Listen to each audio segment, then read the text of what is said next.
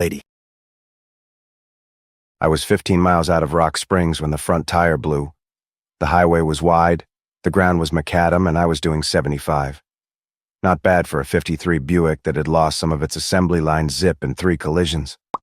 But when a front tire blows, past performances don't mean a thing. I fought the wheel, feeling the Buick buck like a stallion. I didn't get it straightened out until I was a good half-mile further in my journey. 5 minutes later, I was standing on Highway 40, looking down at the rubbery cruller of what's usually listed in the catalogs as front tire left. I loosened my tie and took my jacket off. The Wyoming sun was beating the hell out of everything in sight. Everything being pretty much of the same thing. Long, endless, dreary stretches of prairie without even a billboard to liven things up, a sea of grass which had been flowing since Adam bit the apple. Off to the west, telegraph poles lined the Union Pacific Railroad ties, just to remind me I was still in the United States. There wasn't a car in sight for miles, much less a streamliner. Nothing but the plains, dead tumbleweed, and my 3-wheel Buick. God bless us one and all, I said to no one in particular. Feeling more like Scrooge than Tiny Tim, I rummaged in the trunk compartment for a jack. I started to roll up my nice white shirt sleeves, feeling the way a guy will when he has to change a tire in the middle of nowhere. I was still rolling up my sleeves when the plane zoomed down out of the blue afternoon sky. It was a monoplane, a Piper Cub, trim and neat, looking as light as a cornflake, but it was traveling like a bullet, straight down toward me in the Buick. I shaded my eyes against the glaring sun. Buzzing cars is a specialty with flyboys. Looking up, I waved hello. I should have run for cover. Like 1944 all over again. Wyoming had become Germany in 2 seconds flat. The Cub had come down within rope ladder distance of the car, then climbed like an elevator before it whipped by. But not before releasing some forget-me-nots. A falling mass of objects that gave me a terrible 3 seconds before I realized they weren't bombs. They were too square to be bombs. I scrambled under the Buick without stopping to figure it out. The falling stream of square objects banged, hammered, and thundered all around me. The roadside came magically to life in showers of dust and chips. On the roof of the car, a big hammer sledged away with shattering thumps. I unholstered my armpit .45. The noise and the roar of the plane went away as I craned my neck beneath the car for a look. Not that I could do anything. I was more astounded than scared. The area around my stopped Buick was chock full of scattered, broken brown fragments, more red than brown. But I was concentrating on the Cub and where it had gone. Gone, but not forgotten. There it was in the east, climbing out of its dive and banking sharply for another try. I buried myself under the Buick again. I could hear the Cub coming back, motor roaring with proximity.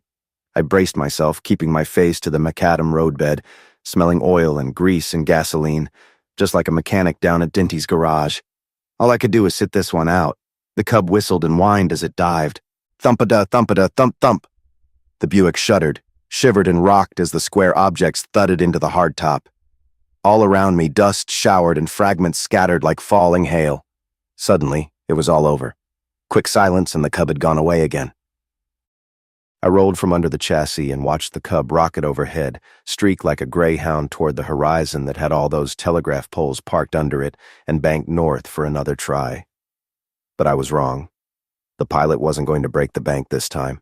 The Cub kept heading north. Pretty soon I lost it in the glare of the day. The sky was quiet after that. The Buick was a mess. Huge dents and tears had redesigned the body.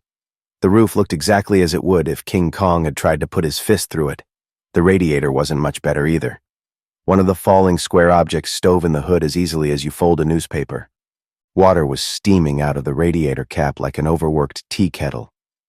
I examined the thousands of brown-red fragments that littered the highway like peanut shells. In my fingers, some of them were sharp and hard. Others came apart like powdered rock. It was nuts, it was screwy, and completely improbable, but I had just been bombarded with bricks. Bricks. Plain, ordinary, brick-by-brick bricks. It was hard to tell how many the Cub pilot had tried to kiss me with, but his accuracy would have been the envy of a Norden bomb site. I'd been plastered but good. I sat down on the rear fender to think about it. I lit a Camel with a wooden match. When the cigarette was half smoked, I still couldn't understand it. I would have passed the Cub off as plains heat and prairie mirage except for the condition of the Buick and the 1,000 bits of evidence messing up the highway. I forgot about the radiator and went back to changing the tire. Work is good medicine when you can't make heads or tails out of problems. I was screwing the last nut home when I heard the motorcycle. I dropped the wrench, whirled, and pointed my .45. I had a quick impression of a bicycle helmet, goggles, and scarf fluttering in the wind. Then the motorcycle slowed, cut over to where I was parked, and putted to an easy, smooth stop. It leaned to one side as the driver braked a jod-pured, booted leg to the macadam. Marlon Brando himself, I said to myself, and holstered the .45. I put by back to the sun and squinted at the new arrival. "Hi," the driver sang out as if it were Merry Christmas. "Been in an accident?" I nodded. I didn't stop to enjoy the scenery. "I'll say, you got clobbered good, didn't you?" My eyesight came back.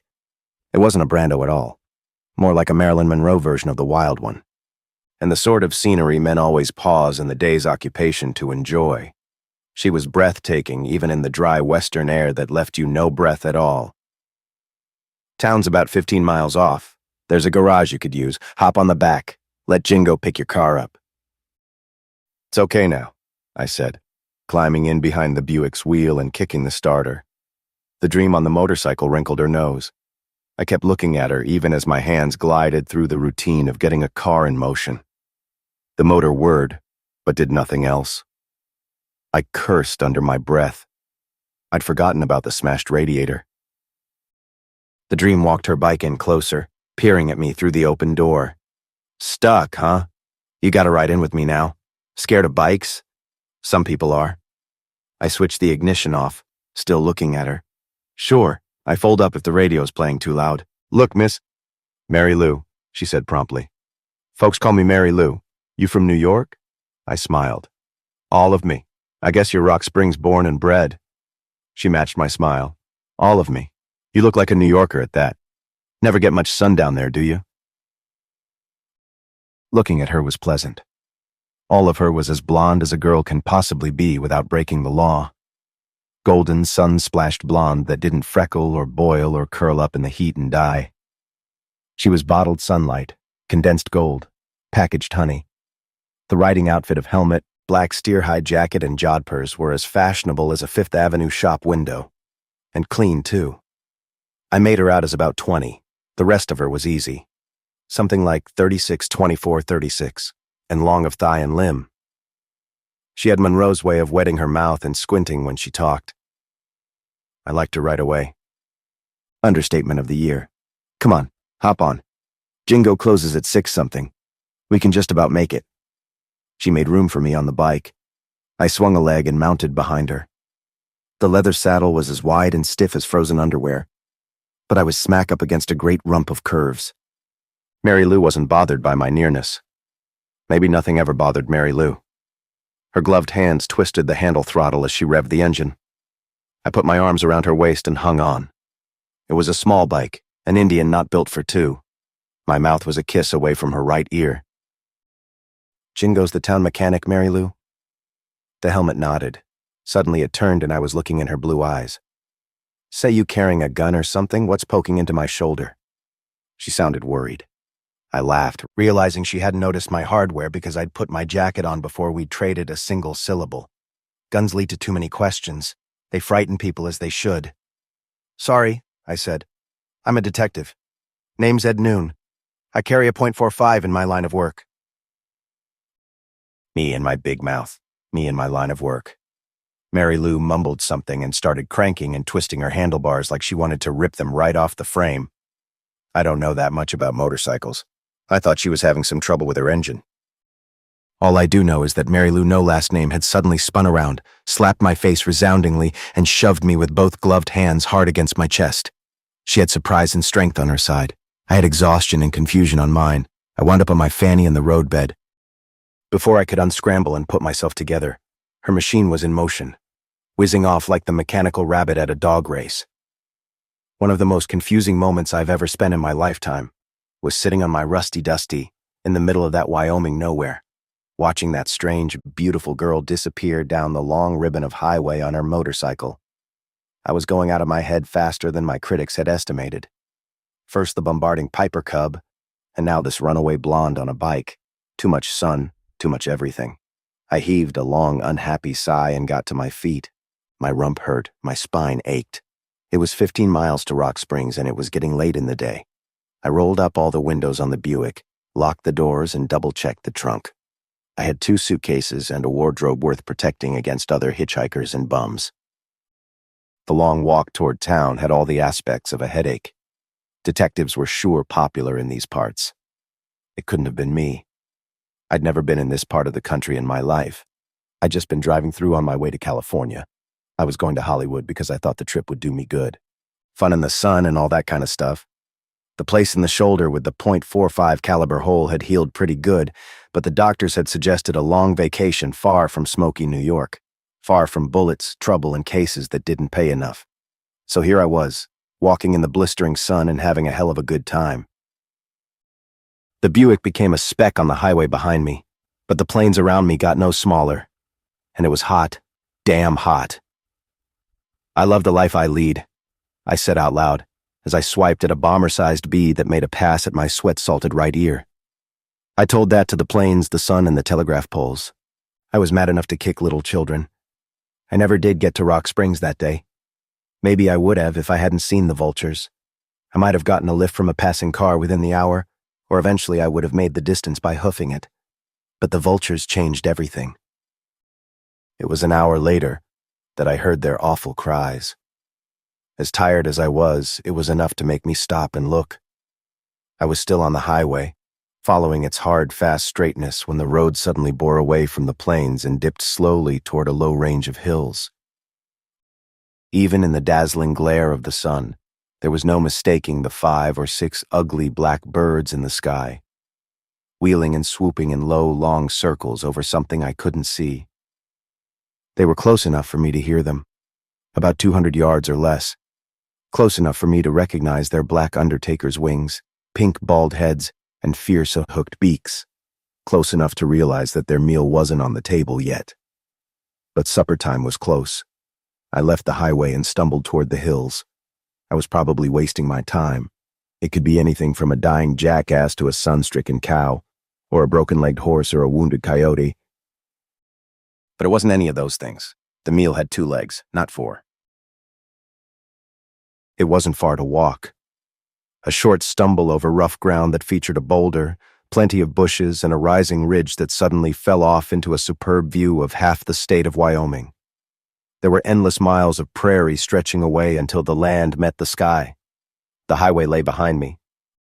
Below my feet, before the grass sea began, was a hollow depression in the rocks, indiscriminately bordered with low humps of earth that looked like anthills. The vultures were circling 100 feet in the air above this particular piece of real estate. My eyes looked over the ground quickly. It had been a long, long time since I'd had to scout Mother Nature for clues. Asphalt and buildings were my business, not rocks and grass. It didn't take long. I would have seen the girl right away if she'd had some clothes on. But being naked the way she was, she merged with the brown of the copper-colored rocks perfectly. The boiling afternoon sun had helped things considerably. You had to strain your eyes to see. What it had done to her body, I could only guess. She was 30 feet below me, laid out between the humps of ground that looked like anthills. From where I stood, she represented a perfect X. She was either staked down or had fallen in that position. But I didn't think so, and I wasn't waiting to guess about it while I could find the answers myself. The damn vultures bawling overhead were wearing my nerves to a frazzle. I unhooked my .45, pointed it at the nearest meanest-looking one, and pulled the trigger. The slug seemed to roar with the violence of a long-range cannon in the country air. I didn't expect to hit anything. I didn't. I fired 2 more times. The vultures took the hint. They screamed, babbled, and cried insanely, but I had the pleasure of watching them swoop off in wide tangents until they regrouped in a formation at a considerable distance away. I lost sight of them as I scrambled down the hill toward the girl. I wouldn't need much time anyway.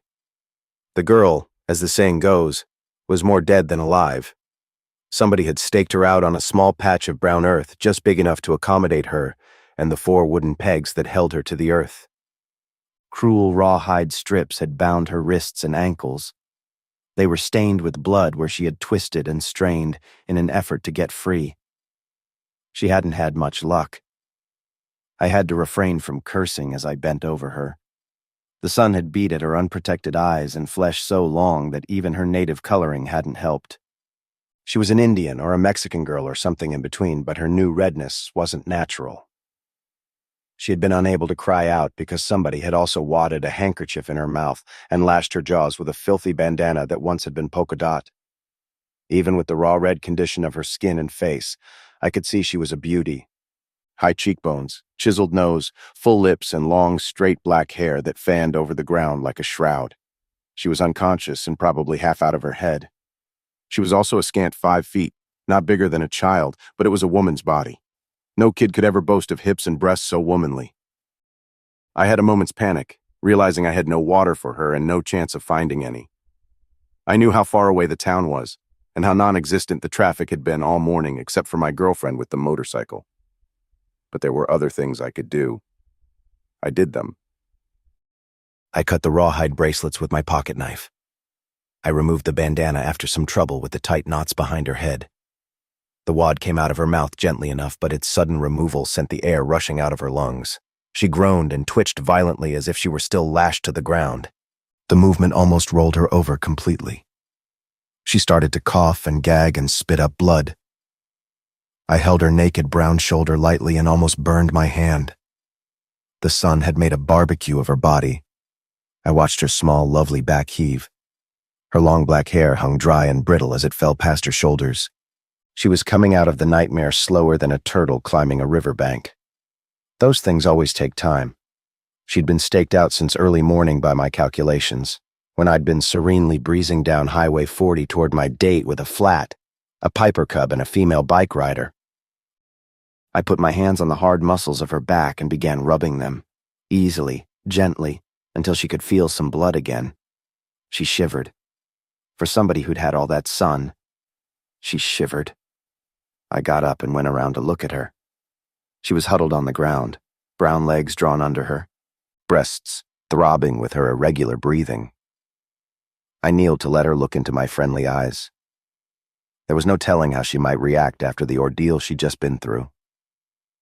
I saw her eyes for the first time, black, wondering, frightened eyes. She was staring at me dumbly, as if I were the ghost that walked. I didn't know much about my red brothers or sisters if she were an Indian. She certainly looked like an Indian.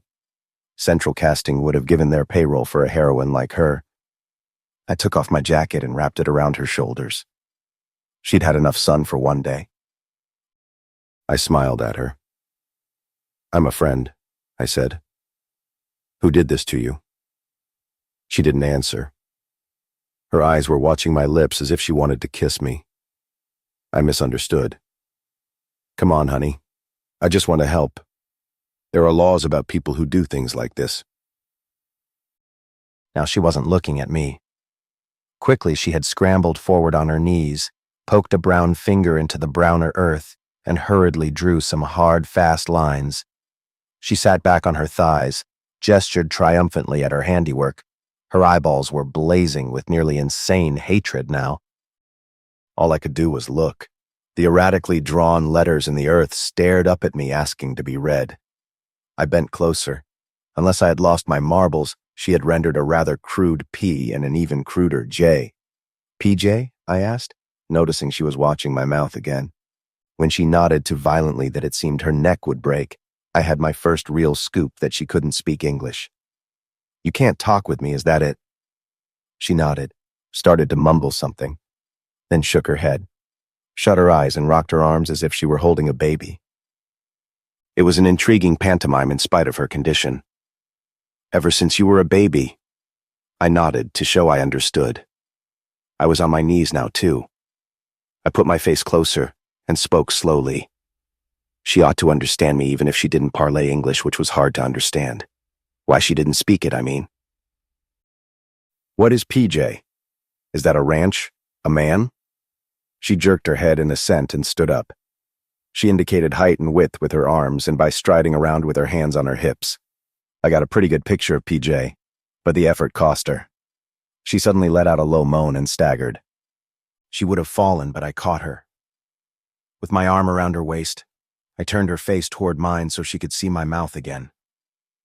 I had the notion she understood my words when she could see my lips move.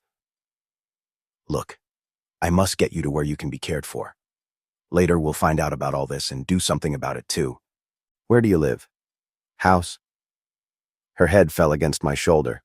For a second I thought she had fainted, but her proud face came back up, and the lovely black eyes with the sunburned whites showing looked toward the west. I looked too, but all I could see were those damn prairies and endless miles of grass. How far? She held up 3 brown fingers. Miles? It was a fast guess. She nodded eagerly, glad I'd understood. I shrugged. Distances are deceiving in open country. Maybe the grass ended sooner than it looked. An old limerick sprang to my mind. There once was an Indian maid who said she wasn't afraid. I found myself wondering just what my new acquaintance was. Mexican half-breed or pure Cheyenne or Sioux or what? Dimly I remembered some of the tribes and where they were situated in the States. Of course, they had all but vanished like the buffalo. But somebody had remembered an Indian bad enough to want to kill her, which reminded me of the vultures. I scanned the blue sky. They had shoved off for good. I half-held, half-carried her to where she said home was. She wasn't too heavy. Over her protests, I had made her wear my jacket and fedora. They didn't cover her too much, but they helped. Nudity wasn't the trouble anyway. It was the blistering, boiling rays of the sun overhead. Her own pigmentation had helped in the ordeal, but even an Indian isn't made for that kind of suntanning. Reaction had set in too. She was shivering all over. She might have been shaking like a wet dog, but she never let out a whimper. We left the rocks and earth mounds behind us and struck off through the flatlands. The grass was low and soft beneath our feet, just beginning to turn green with the first days of summer. It made walking easier. A soft wind seemed to waft across the trackless wastes, but that might have been illusion. The sun still beat down as if it wanted to drive us to our knees. I was beginning to feel thirsty. The girl didn't show anything beyond the condition of her flesh. She was a trooper. About 4 big buttes later, I figured we had come at least 2 miles. The girl was finding it difficult to breathe. The treatment had taken more out of her than even her Indian mind had suspected. I made her stop at frequent intervals to check herself and draw on some miraculous inner strength to recharge her battery. Once during the trip, we heard an airplane engine. Far off, I could see a tiny silver speck in the blue sky. Because of its altitude and direction of flight, I knew it was an airliner, but it brought back memories of the playful Piper with the bricks. It also seemed to remind the girl of something. She stopped and huddled closer to me like a frightened child. Her eyes wouldn't leave that tiny speck until it was invisible. Her eyes appealed to me mutely. It figured. She'd seen planes before, but they held some familiar terror for her. "PJ?" I asked softly, moving my lips distinctly. She nodded fiercely, amazement and suspicion showing in her eyes. Amazement that I understood, suspicion that I should guess so readily the reason for her fear. PJ was quite a boy, apparently. My free right hand nodded uncontrollably into a fist. We kept on walking. The prairie ended sooner than I'd hoped. The girl made me bear further and further right. All at once, the grass beneath our feet merged with brown, hard earth. I lost sight of the telegraph poles completely. The hard ground widened, spread out into a valley overlooked by gently sloping hills. I blinked. There was a trail about 15 feet across, worn and well used. I saw tire tracks as well as hoof marks. Up ahead, the trail showed a wooden clapboard sign of some kind, poked indifferently at a bend where the trail disappeared around a rising knoll. I looked at the beautiful, tortured brown face nestled against my left shoulder. "There?" Her eyes showed agreement. She mumbled again, but it was more like a croak. She looked almost happy. If a sun-dried, beaten, tortured girl can look happy about anything. Sight of the sign seemed to give her renewed energy. She started forward, almost pulling me with her in her eagerness to proceed. She stumbled over a clod of earth and dead bush and fell headlong in a sprawl, which probably saved her life for the second time in one day. There was the high, clean, unmistakable whine of a rifle going off. Just behind the girl's body, a neat pocket of dirt geysered into the air. Before it even hit the ground again, a booming, bellowing voice roared in the afternoon stillness. "Get the hell out of here! No strangers wanted!" I saw the sign even as I froze where I stood, my arms automatically reaching for the sky. My eyes took in the legend of the rough black letters painted on the board. Welcome to Agreeable Wells. I felt like I was going through Combat Village again for Uncle Sam, but I kept my hands up and waiting until the guy with the rifle put in an appearance. The girl just hugged the earth where she lay, as if she were growing there. I didn't exactly blame her. It was at least 40 feet from her to the sign where the rifle shot had originated. Whoever owned the rifle was a marksman. "Well?" The voice boomed again. "What are you waiting for? Dust!" It was time to start making noises like a man. I couldn't see the unfriendly voice yet, but I called out, "Look, the girl's bad off, and my car's stalled on the highway. We have to rest somewhere." There was a short silence in which the loudest sound was the girl's hoarse breathing. The sweat on my forehead started a lazy run down into my eyes, but I didn't make the mistake of moving my hands. The unseen rifleman sounded like the shoot first, ask questions later breed. "Look, fellow," I yelled. "Let's talk this thing." Suddenly, he came into view alongside the silly sign. I realized he'd been right behind it all the time, concealed by a mass of dead weeds sprouting around its wooden base. He stood up and dwarfed the sign, which barely reached his belt buckle. I got a flash picture of a battered 10-gallon hat, blue denims, faded jacket, and pants to match. That and a Winchester so new it shone like diamonds in the sunlight. The rifle was cradled in his arms, baby style. His face was all screwed up in the glare and too far away for me to make out, but he was one of the fattest men in or out of the West. 300 pounds at least. He lumbered toward us, moving fast for a big man. When he had covered half the distance that separated us, he halted. The girl had scrambled to her feet and run around behind me, where she tried to hide, holding onto my arm like it was the last handhold above Grand Canyon.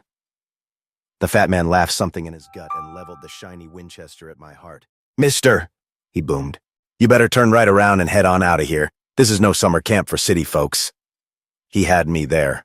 My .45 was plainly visible, jutting from my shoulder holster. "I'll take your word for that, friend," I said. "But look at the girl. She's in no condition to go traipsing around the countryside. She's had too much sun and she's been hurt. She needs food and water. Besides, she told me this was her home." The fat man thought that was funny. It might have been before, but it ain't now. So you toss her over your shoulder and get a move on. She ain't wanted here, and the same goes for you. "I've got money," I said. "I can pay for whatever we use." He was through talking to me. The Winchester indicated the direction behind us. "You got about 1 minute to start walking. Brandy will be all right. Ain't nothing can kill that red devil. Nothing except cruelty, unkind fat men, and a Wyoming sadist." But I couldn't argue with him. He had top cards. And he might have been right about Brandy at that. You can tell about most people, I guess, what they're going to do. But you can never be sure about Indians. Brandy gave me a pretty good idea of what the first settlers and pioneers had been up against. Because while I'd been jawing with the fat man, convinced she was hovering behind me, scared spitless, she had managed to pick up a nice big rock about the size of a good fist. Before I could even talk her out of the foolishness of going up against a Winchester with a rock, she had let it fly with all the muscular concentration of her lithe little body. I twisted to one side before she pushed me out of the way. The rock shot toward the fat man like a missile on target. He had two choices, ducking or firing. Maybe he was too slow, but he didn't duck.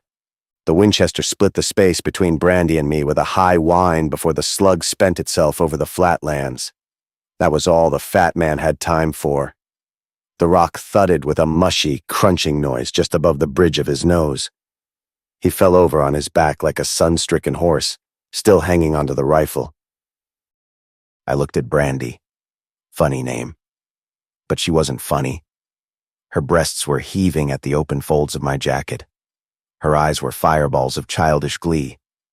I half expected her to clap her hands, giggle, or go into a war dance. No matter how you looked at it, She had just rung the bell and won a doll. I got over to the fat man in a hurry and looked him over. He should have been dead, but he wasn't. A rapid swelling over his right eye was purpling like magic. I felt his heart, still beating under layers of fat. His fleshy face told me nothing. The nose was a small hook poking over a wide, full-lipped mouth that bared a mess of crooked, stained teeth.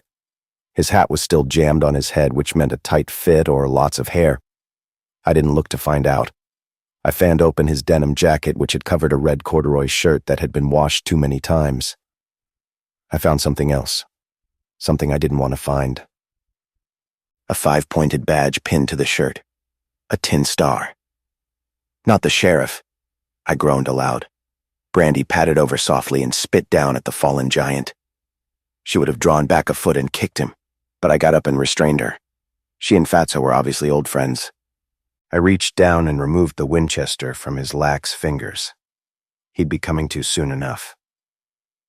I found 3 boxes of 30-30 shells in his hip pockets and stuck them in the pockets of the jacket Brandy was wearing. I looked at her so she could watch my mouth. That was the wrong thing to do. Now we'll get nothing. What is this place anyway? She spread her hands to take in the sign, which meant nothing. Agreeable Wells. I can read, and that's one sign I don't believe. Well, what is it, a town? She shook her head. A camp or something like that? Another shake of the head. Private property? You know, belonged to somebody? Her questioning eyes told me she didn't know what belonging meant. I let it drop. I tried something else. Where do you live? You Brandy. That got someplace. She grabbed my arm, motioning for me to follow her. Following her consisted of being led away from Fatso's body, bearing to the left of the sign, in the opposite direction of Agreeable Wells. I couldn't see what Agreeable Wells consisted of. The road leading from the sign dipped sharply toward a draw of some size, which was lying quietly between the sloping hills. Skylined on the towering ridge above the draw where the land met the sky, I saw a horseman, at least 1,000 yards away, too far away to wonder about. No telling if there was a ranch in the vicinity or not. But there should have been. Wyoming was sheep and cattle country, I knew, but what was Agreeable Wells? It also struck me that Fatso couldn't be by himself, so why hadn't anyone come running when he blasted away with the Winchester? Unless he was the type who liked to pot away at ground squirrels and rabbits. It was too hot to think about it, and my thirst had gotten as far out as the tip of my ongu. Brandy was my only solution. I followed her. She didn't need my arm or my help anymore. She was striding briskly, her naked, nimble feet eating up yards of sandy ground. The terrain was much hillier now. Rises and swells broke up the landscape frequently. The plains of before were a myth.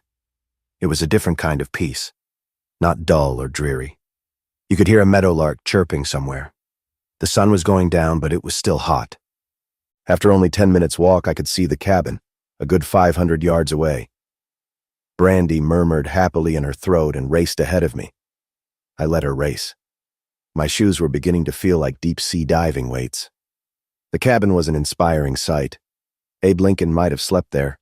Small, neat, but very weather-beaten. I expected a dog, and there was one. Brandy was halfway to the cabin when a huge collie, who could have doubled for Lassie, came bounding out of the open front door, yipping all the way. Coming in, I saw the low wooden fence all around the place, the high stack of firewood chopped during the winter, shoring up one side of the cabin. I even saw flashes of pretty colors at the rear, suggesting a small, well-kept garden of some kind. There were miles of space surrounding the property, but it looked as if Brandy's cabin was a beacon in the wilderness. My city boy's heart was taking a beating because Mother Nature was crowding me into a corner of Wyoming, saying, "Take a look around, chump. It's nice out here, isn't it?" It was, or used to be. When I reached the cabin, the dog had stopped barking. He'd been howling before that, but we'd been too far away to recognize the sound. Before I would walk into the cabin, Brandy came walking out. Only she didn't walk. She was like a zombie. Her eyes were dry and cold. Her beautiful body in my jacket and fedora was rigid with something her eyes had seen and refused to believe. Or couldn't believe. She walked past me without seeing me and stopped a few feet away, staring up at the sky. She was in no mood to watch my mouth. Probably didn't even know I was there. I gripped the Winchester tighter and stepped over the threshold of the cabin. I was prepared, but even I couldn't take what the cabin had to offer sightseers and visitors. It wasn't something you could list in a tourist guide. It wasn't pretty. Unless you go in for Dante's Inferno, charnel houses, and grade Z horror films. It was terrible. You could smell hyenas and freshly opened graves without seeing them. I had a hard time not throwing up the lunch I hadn't had. The old man who'd been killed in the cabin must have run across a descendant of Jack the Ripper.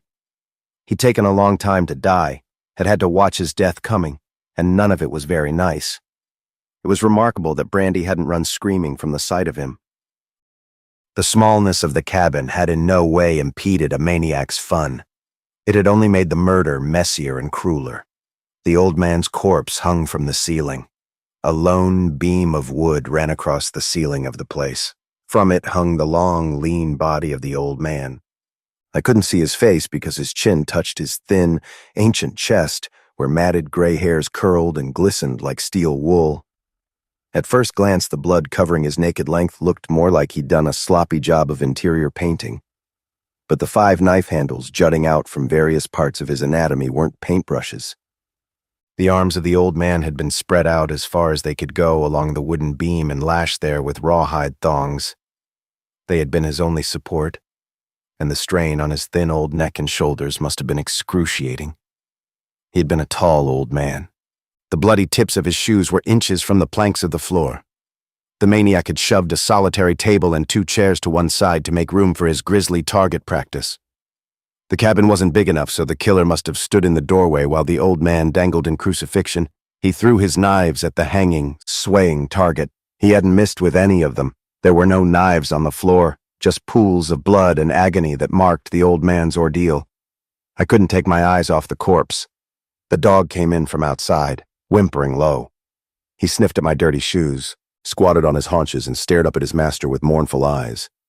Yet, where had he been when the murder happened? I looked him over. There wasn't a mark on him. It didn't make sense. The cabin wasn't telling tales either. Except for the moved table and chairs, it was a pretty barren cabin. The stone fireplace showed charred embers and gray-black soot, but obviously hadn't been used in days.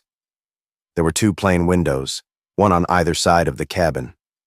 There were no other furnishings except a Union Pacific Railroad calendar. There was a bedroll of some kind before the fireplace. An Indian blanket hung over one of the chairs, but I wouldn't know it from a tourist souvenir. I looked at the body again. I didn't want to, but I touched it. Colder than an ice house in spite of the summer heat and the closeness of the cabin. The bloodbath had taken place hours ago, maybe yesterday. But it was something a guy who liked frying girls in the sun would get a kick out of. There were no signs of the classic struggle. I didn't have to be a Sherlock to know the hanging corpse belonged to somebody very close to Brandy. Her father, maybe. An uncle, probably. Which reminded me I'd better get back to her. She might go off half-cocked. I went back outside. The dog stayed where he was, looking up at the corpse. The day had already drawn more than its share of rabbits out of the hat, but it wasn't through with me yet. Brandy had snapped her cap. Or her feathers. If she ever wore any. I was coming through the doorway of the cabin with the Winchester in the crook of one arm when she tripped me from behind. She must have been waiting and ready just opposite the entrance. She shoved me with one flat palm while her tiny feet hooked my ankles. My first instinct was the natural one. Both hands shot forward to meet the ground that was rushing up. She jerked the Winchester from the rear, stock first, as easily as pulling a loose straw from an old broom. I stumbled headlong, caught myself and whirled, cursing. She was ready for that, too. She jabbed the barrel of the Winchester into my stomach so hard, I doubled up like an accordion. She followed through as neatly as a Marine bayonet instructor. Her hands reversed like brown lightning and the rifle stock caught me on the side of the head above the ear.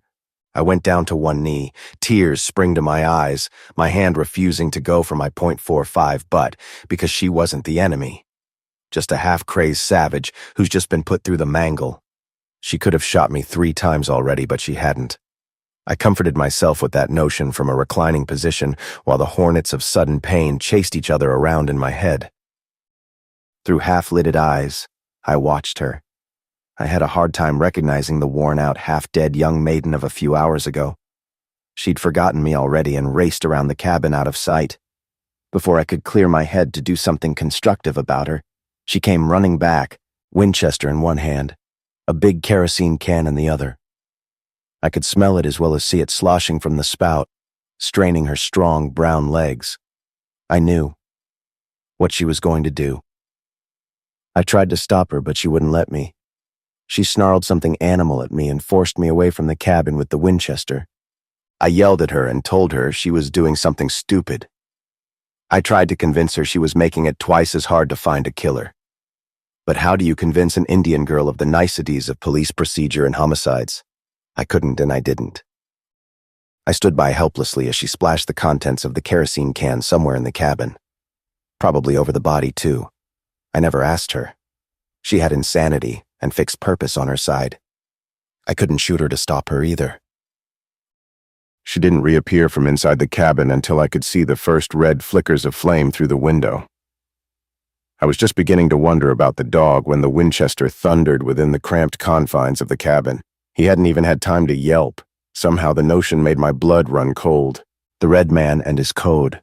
Wasn't there something better? The honorable funeral pyre got going in a hurry. Brandy joined me where I was, a good 50 feet from the cabin.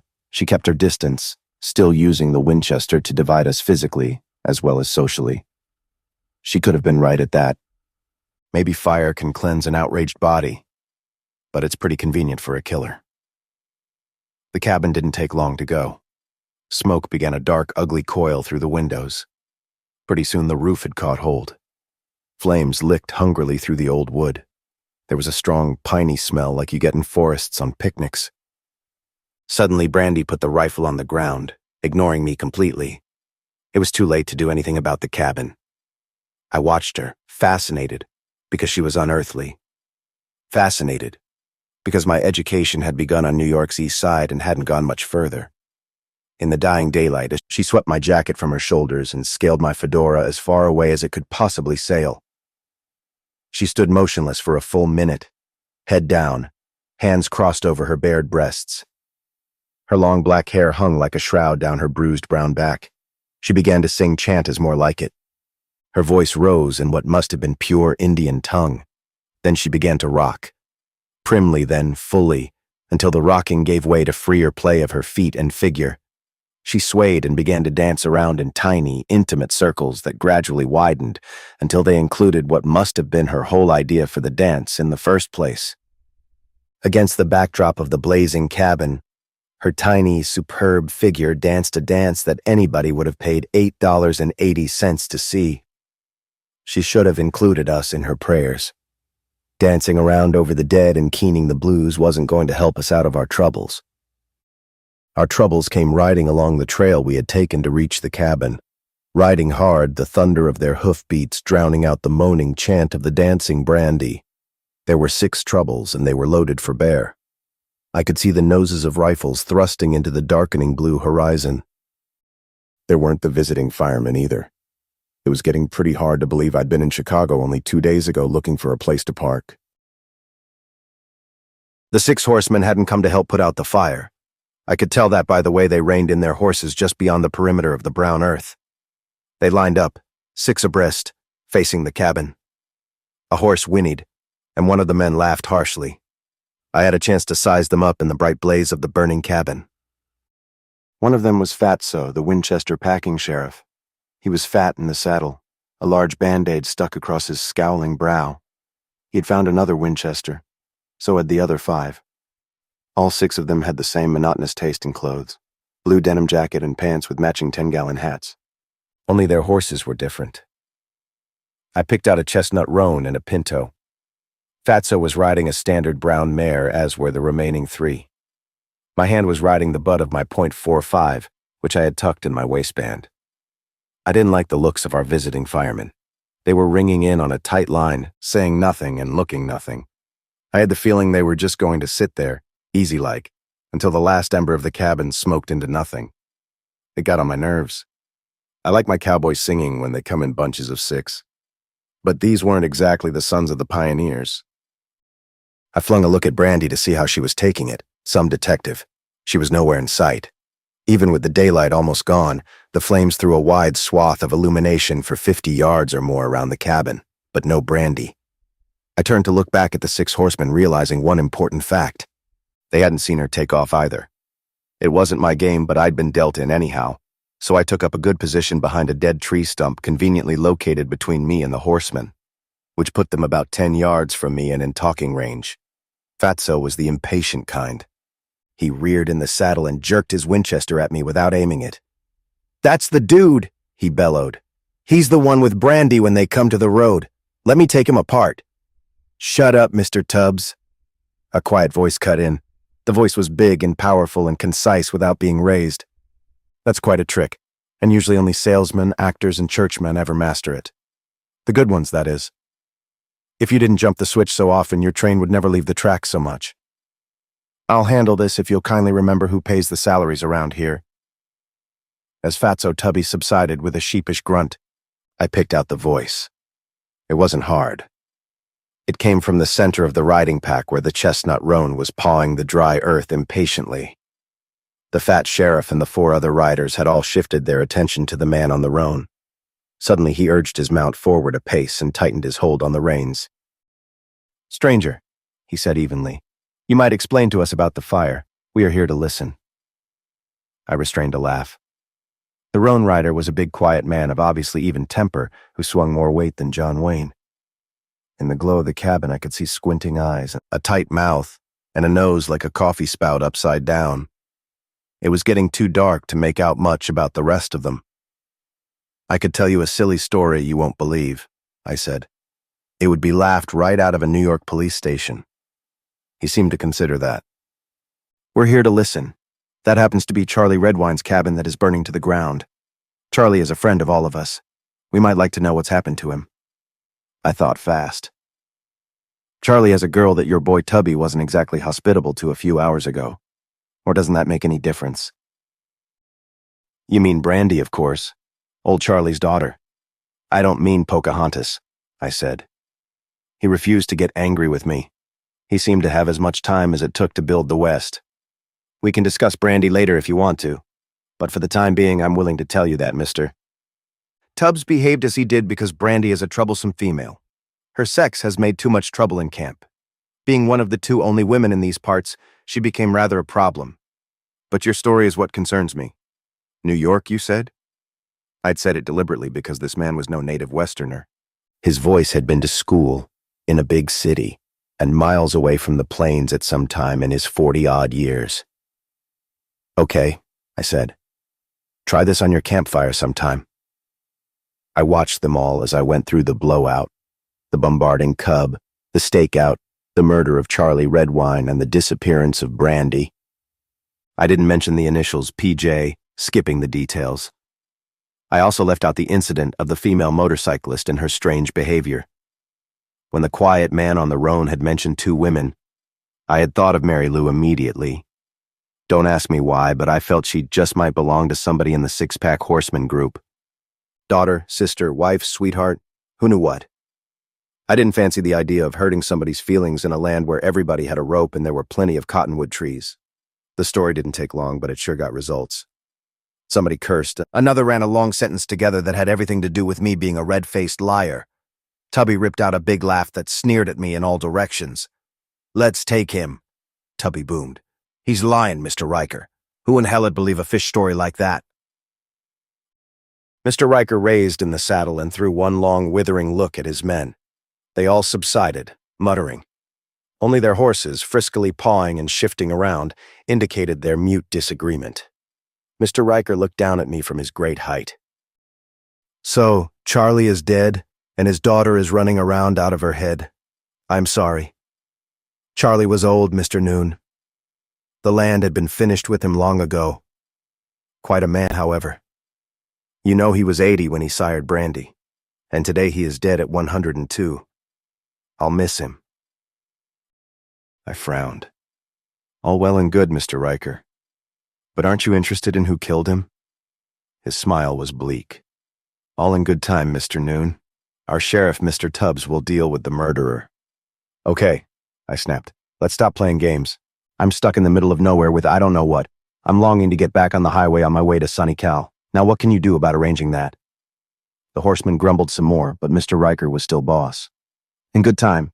Now will you ride with us to our camp at Agreeable Wells? We'll put you up for the night. Tomorrow one of the men will ride you back to where your car is.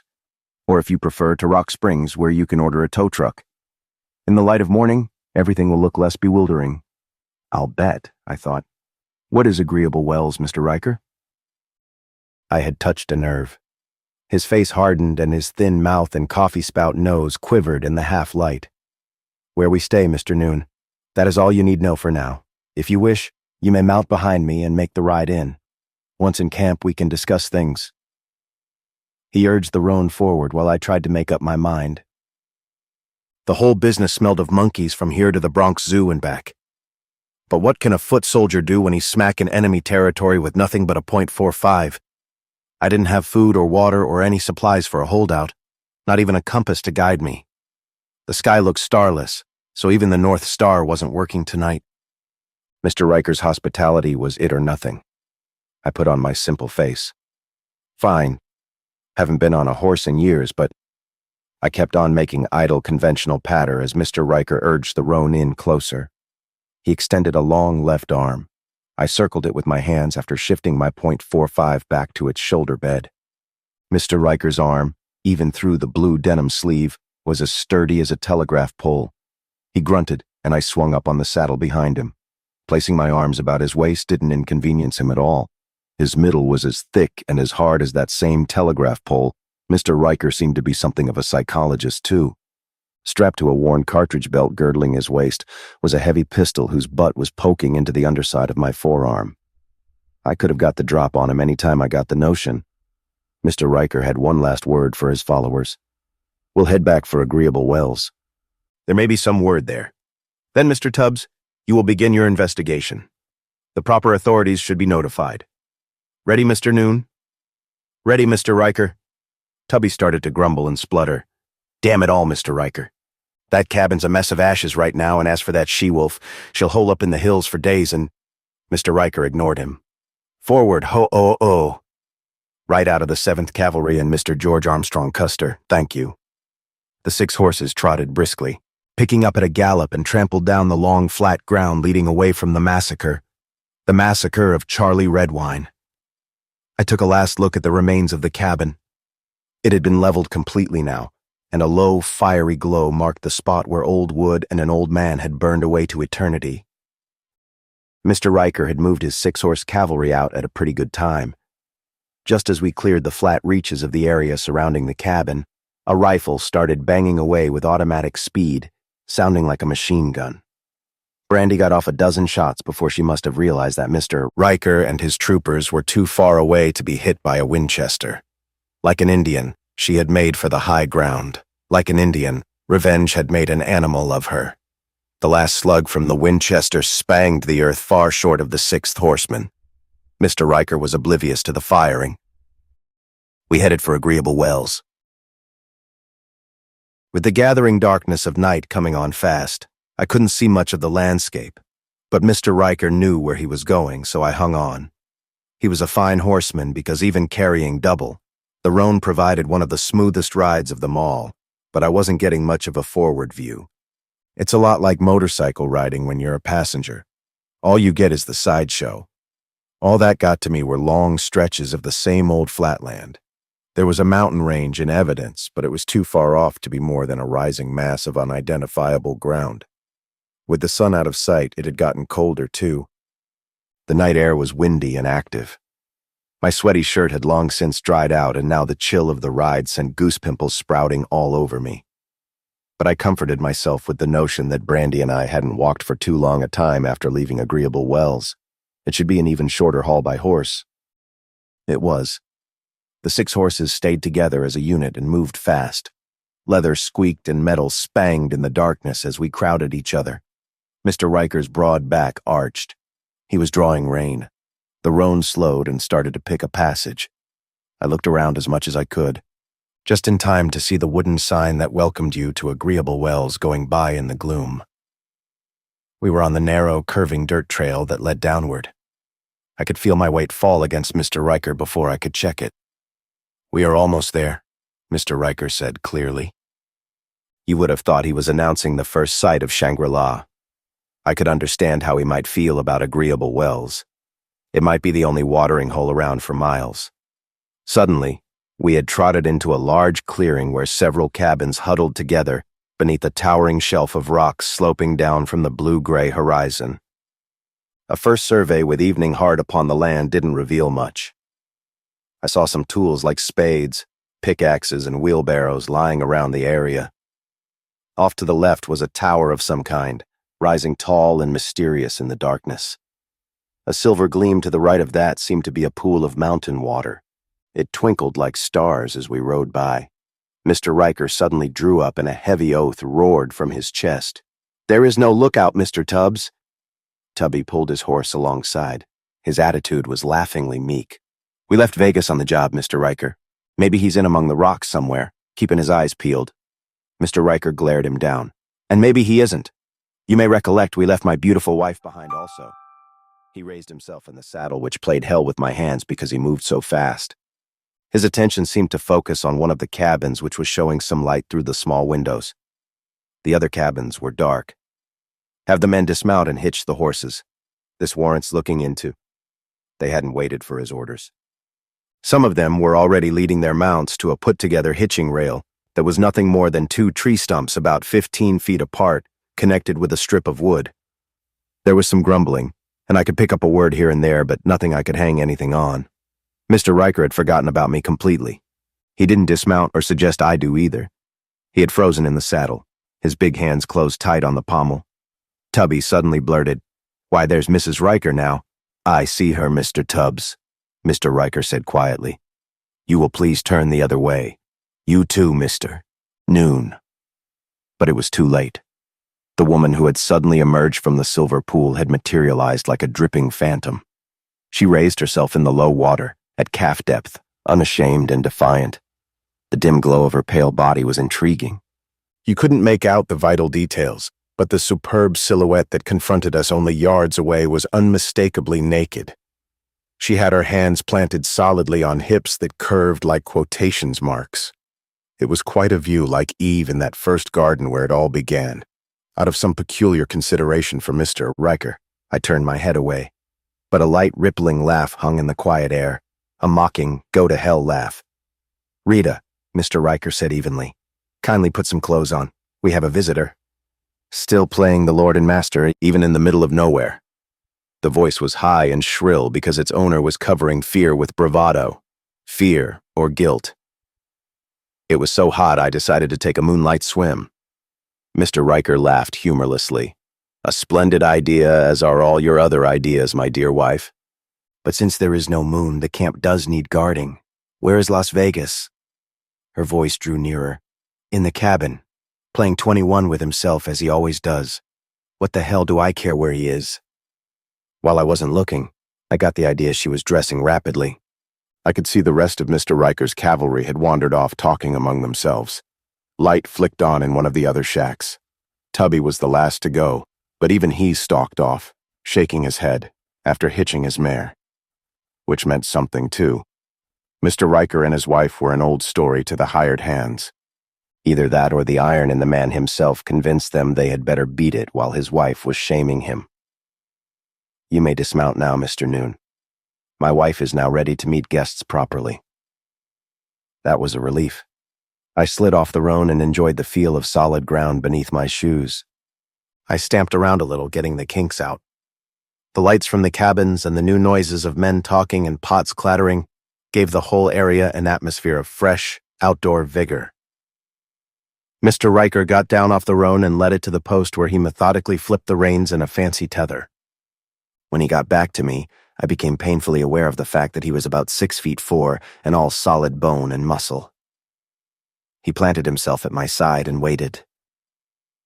His wife came toward us, walking slowly from the silvery oval of water. Her long hair hung damply, shining in the darkness. Her walk wrote a whole book. with complete chapters on the female body, sex power over males, and I can do anything better than you. She was incredible. You are beautiful, my dear, Mr. Riker said softly.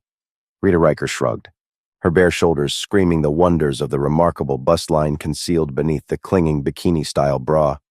Lithe, tawny thighs that should have belonged to a cougar swayed insolently under matched Bermuda shorts.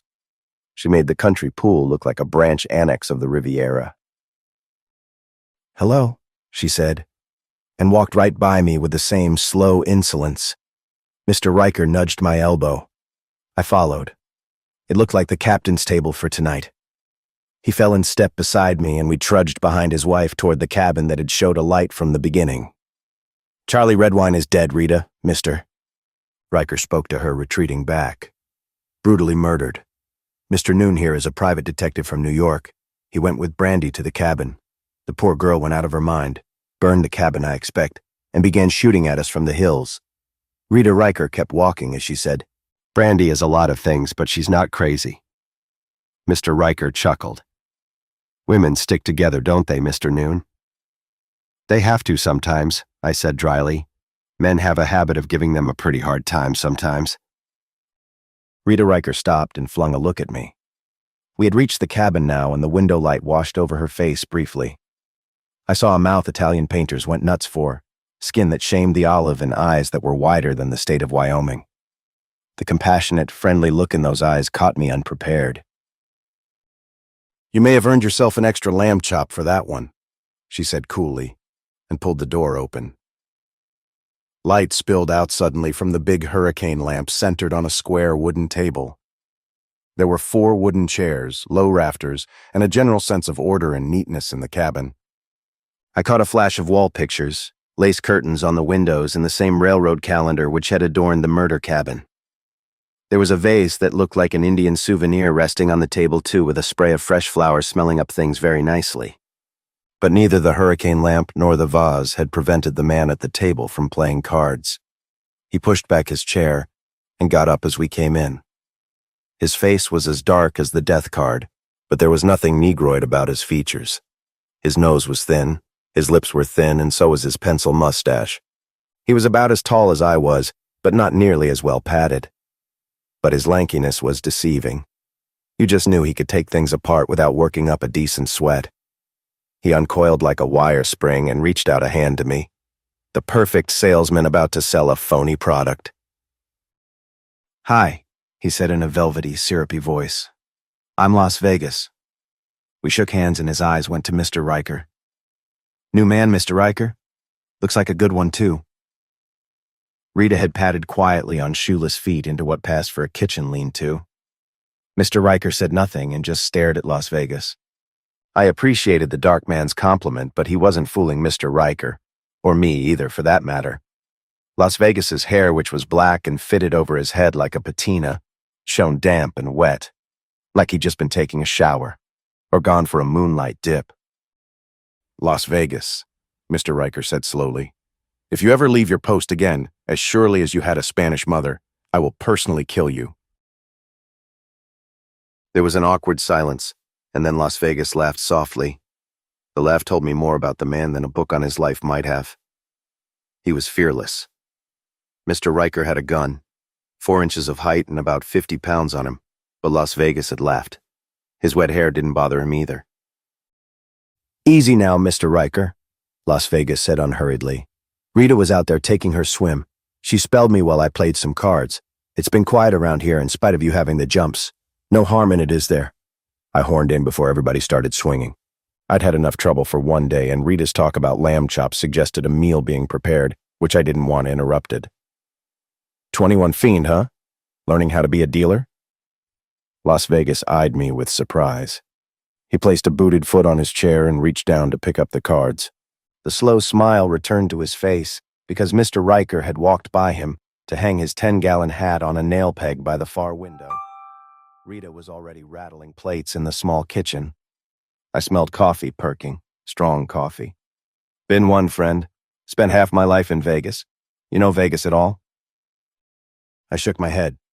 "Reno once for 4 months. Played a lot of 21 in Harold's in the Nevada Club. Gave it up when I realized you needed a bankroll to ride out your luck. Las Vegas looked at Riker's big back. I could see Rita in the kitchen shaking her head at him in exasperation. Vegas shrugged and got back to me. The house is always favored, but a man has to know what he's doing when he plays cards. That way you shorten the chances of getting hurt. I grinned. Doesn't that apply to just about everything? He didn't miss my pointed stare at his wet hair. Depends, friend. Depends. You can pull out the chairs, Rita said without enthusiasm from the kitchen.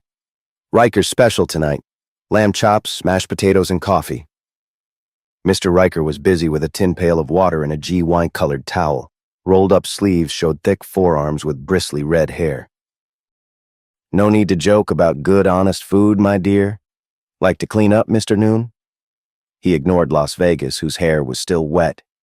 Several notions had occurred to me that had nothing to do with washing. But I nodded and joined him at the wash basin, which was set up in the lean-to. Rita's kitchen featured a small brick barbecue pit with a grill on which lamb chops were turning brown, and a giant-sized coffee pot making bubbling noises. There was no porcelain sink, but the low row of bricks about 5 high reminded me of the Piper bombardment. It was a screwy setup, not the kitchen.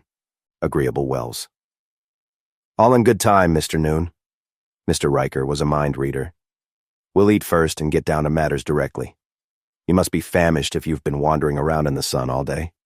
Rita brushed by me as she headed for the table with 2 loaded plates. Her shapely hips made a Minsky boardwalk of the surroundings, but not intentionally. She was unself-consciously beautiful. Las Vegas camouflaged his leering enjoyment of her good looks with remarks about the food. Mr. Riker stared at me intently, his squint and big nose as unwavering as gun barrels. The meal got underway. I sat across from Las Vegas with Mr. and Mrs. Riker at opposite ends of the wooden table. There were no placemats or tablecloth, just 4 hot plates and knives, forks, and spoons. The food smelled good. I picked up my fork tentatively. I expected a Bible reading. Mr. Riker didn't disappoint me. Mechanically and with no spirit, Rita Riker and Las Vegas folded their hands and lowered their heads. It was a familiar ordeal for them. Mr. Riker's immense shoulders squared and his big, shaggy red head lifted to the ceiling, eyes closed. For what we are about to receive, O Lord. Before he got through it, I turned the cutlery over for a fast look. Somebody had a sense of humor. The silverware was stamped Rikers, just like the kind they use in the chain of restaurants famous in New York. Now I knew what Rita had meant by Riker Special. I also knew the West wasn't her native habitat either. When you're really hungry, a meal is usually a success no matter how it's cooked. This one was a banquet. Sexy Rita could cook too. She'd done something with the lamb chops to make it taste like pure steak. The coffee was sensational. There was no bread, but the potatoes made up for it.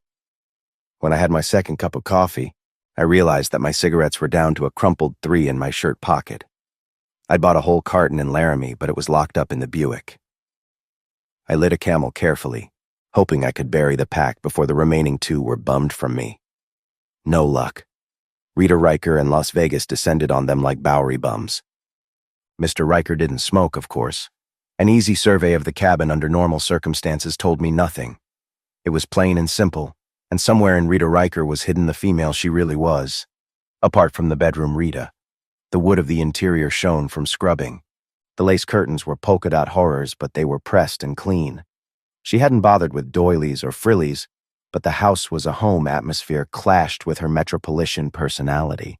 It didn't jibe with moonlight clowning with the hired help either. I watched her drink her coffee. She had long, graceful fingers. Her lovely oval face was controlled and nearly perfect. She'd hooked her heavy black hair into a convenient ponytail. You could look at her face all day and find something worth studying each time. Las Vegas chuckled, seeing my interest in her. Mr. Riker can sure pick 'em, he said. I put my cup down. That was a fine meal, Mrs. Riker. Thanks. She nodded. So you're from New York, Detective 2. Is that where you always carry your gun? She sounded like she was being facetious, but I sat through the whole meal with a .45 strapped to my shoulder in plain view.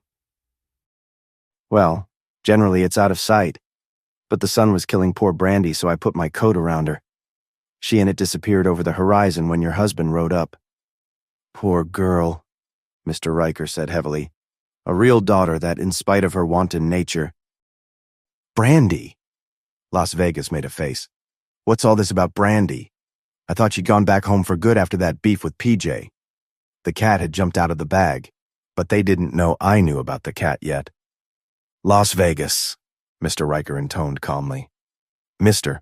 Noon encountered Brandy this afternoon under peculiar circumstances. He went on from there with almost biblical relish. Before he got through, I sounded like Moses leading the girl through the wilderness of desert and sun. He was a born evangelist. Las Vegas was as fascinated as a kid hearing about Santa Claus. Well, I'll go to hell, he swore. Mr. Riker said, There is no need to blaspheme. The murder of Charlie Redwine will not go unavenged. These wastes are full of marauders and desperate men, unfortunately. You'd better believe it, Las Vegas said for my benefit. Rita Riker sighed. She'd heard it all before. She looked at me. Some vacation for you. I can't say it's dull. Going to Cal, huh?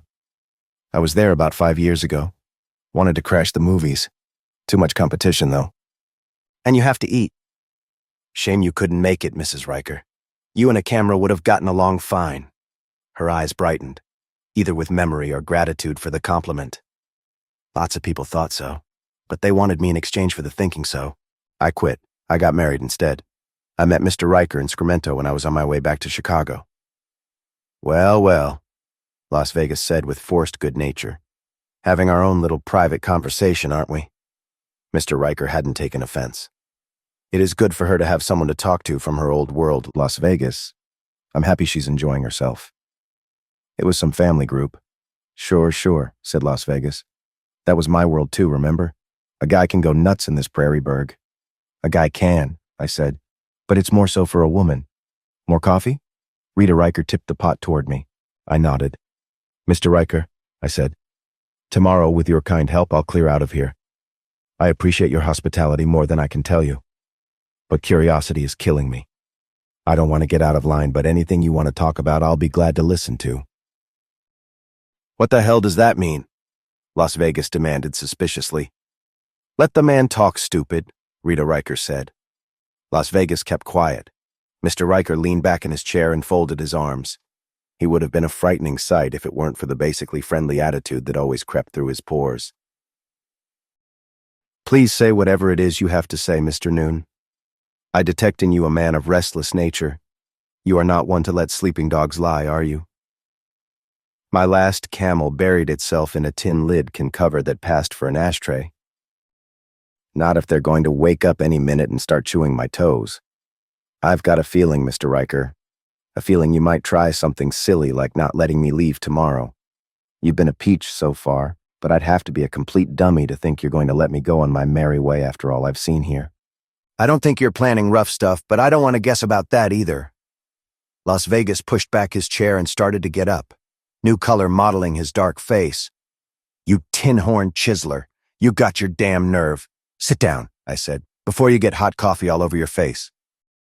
Sit down, Las Vegas, Mr. Riker said wearily. What he said is true. We can't let him leave now. Las Vegas was purple. He wants to cut in and you'll let him? This two-bit operator from nowhere? Let me toss him out on his ear. Exactly. Mr. Riker's tone was thunderous. And then what? More people, more investigations, more trespassers to turn away? Sit down, you fool. Don't you know an intelligent man when you hear one? Rita Riker smiled. Good for you, father. Intelligent? Vegas sneered. What's intelligent about graft? A crook's a crook no matter how you slice him. Las Vegas, I said.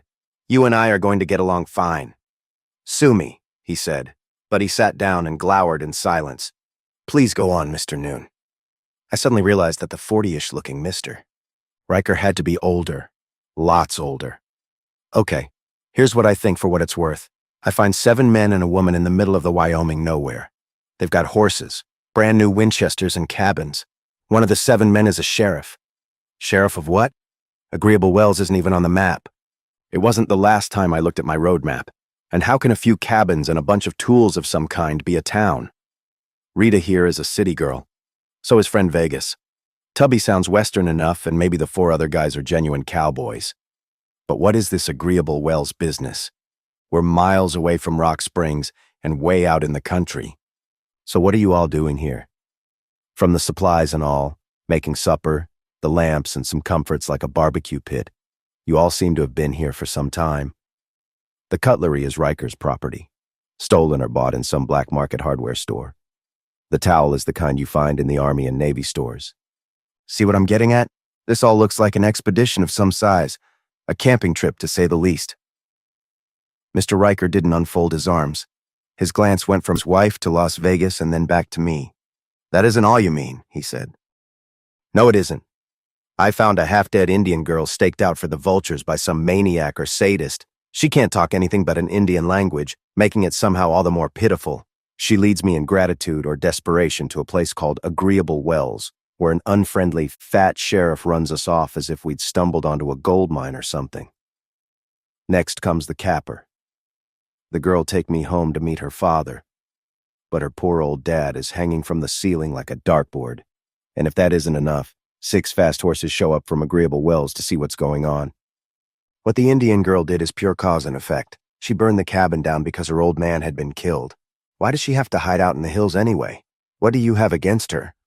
And last and definitely the most, who killed Charlie Redwine and why was Brandy staked out in the sun?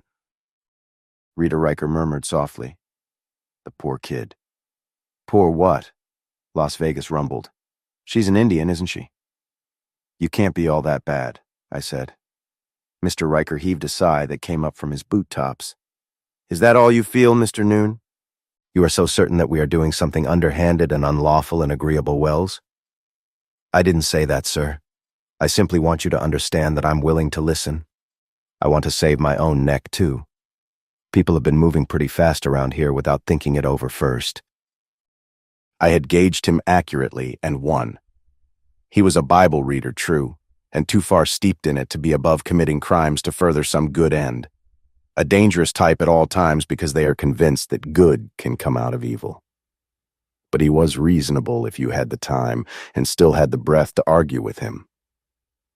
I didn't want to wake up in the middle of the night with a knife in my ribs just because I'd stumbled across some divine project of his. He reminded me too much of John Brown as it was. I had to take him seriously. Mr. Noon, he began sonorously, you have taken me to task and well. What is it the Bible says? Am I my brother's keeper? Very well, I shall answer you in kind. You have seen fit to clear the air around us. I shall endeavor to do the same. In the midst of life, we are in death. Before he could get into the second chorus, the door behind his back squeaked open on rusty hinging. Everybody else must have known who was coming because nobody treated the newcomer with anything amounting to surprise. About time you showed up, young lady, Rita Riker said in a voice that mocked her own comparative youth. Supper was over a half hour ago. Where have you been? I'm afraid I blinked at the young girl who halted in confusion in the doorway.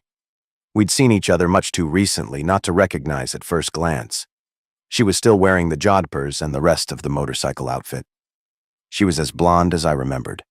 Even in the darkness of the night behind her, she brought splashed sunlight into the cabin. But that wasn't what threw me. She had removed her helmet and goggles. I saw bright blonde hair, gold in every strand. I also saw a long, jagged, ugly scar that ran from her left eye clear down to the jawbone. Somebody had cut her up good, a long time ago. Oh, Mary Lou said, seeing me, her hand immediately flying up to cover the scar.